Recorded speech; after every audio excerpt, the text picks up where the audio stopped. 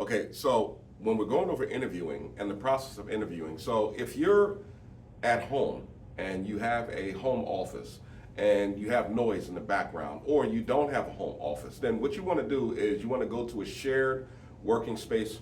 Preferably, if you can afford it, you can get a dedicated office, or if it's cheaper and this place is open, then you can use a shared desk. Because from the standpoint of the interviewee, they're only going to see the people that's on camera, like as far as like the people that are interviewing you from the employer standpoint. So it's better for you to spend $20 to go to a location if it's a viable interview, not something that's going to be, you don't know if you're going to make it or not. If you're past the initial stage on the phone or something like that, then you want to go to a shared networking space or a shared co-working space. Get set up, make sure that you arrive at least a half hour early, log in, get your mouse set up, get your headphones set up, make sure that everything is working, and if you need your drink or your snack or something like that, then go ahead and get that all set up ahead of time, right? Get your power set up, make sure that you don't lose your power in the middle of the interview, right? So I'm just getting set up here for an actual interview. So I'm getting set up here for an actual interview with a GovTech company. And I'll make sure that everything's working, right? Plug up the power, make sure everything's on, everything's working.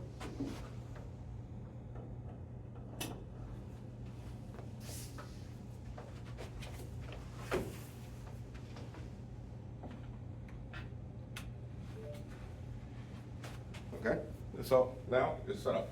Then we go ahead and log in. Okay, so now our screen is set up. We log in. Go ahead and plug the mouse up.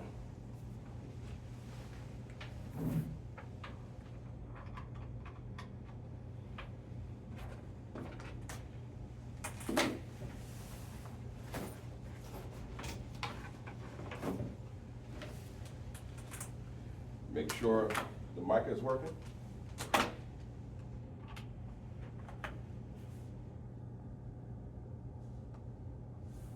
Now, here's the thing. I recommend always using headphones or some kind of mic, right? Because you don't want to rely on the computer's mic, because sometimes it can come across a little grainy, the sound can be messed up, and you want to be very clear for the people that you are actually interviewing for, and you want to look professional. So the background is a white wall, there's nothing behind me. So the biggest thing is looking professional. You don't want to look like you're unprofessional if you're looking for remote work.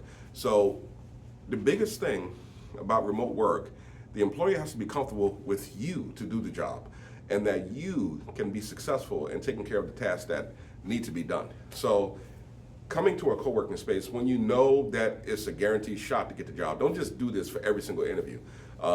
If you've cleared the phone screen and then you're on to the second phase and it's the decision-making phase, then you can go ahead and spend the $20 to do that. I don't recommend doing that for every single interview, only for the ones that are the most promising. Give yourself a professional edge.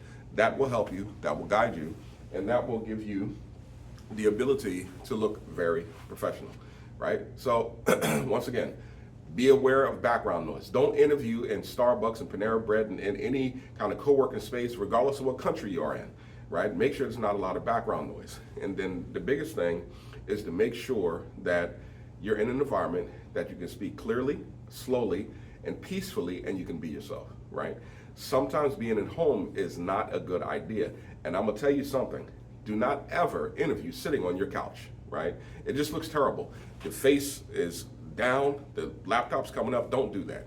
Be at a desk, right? So these are some tips and tricks about the interview process as you're getting started. We'll continue on.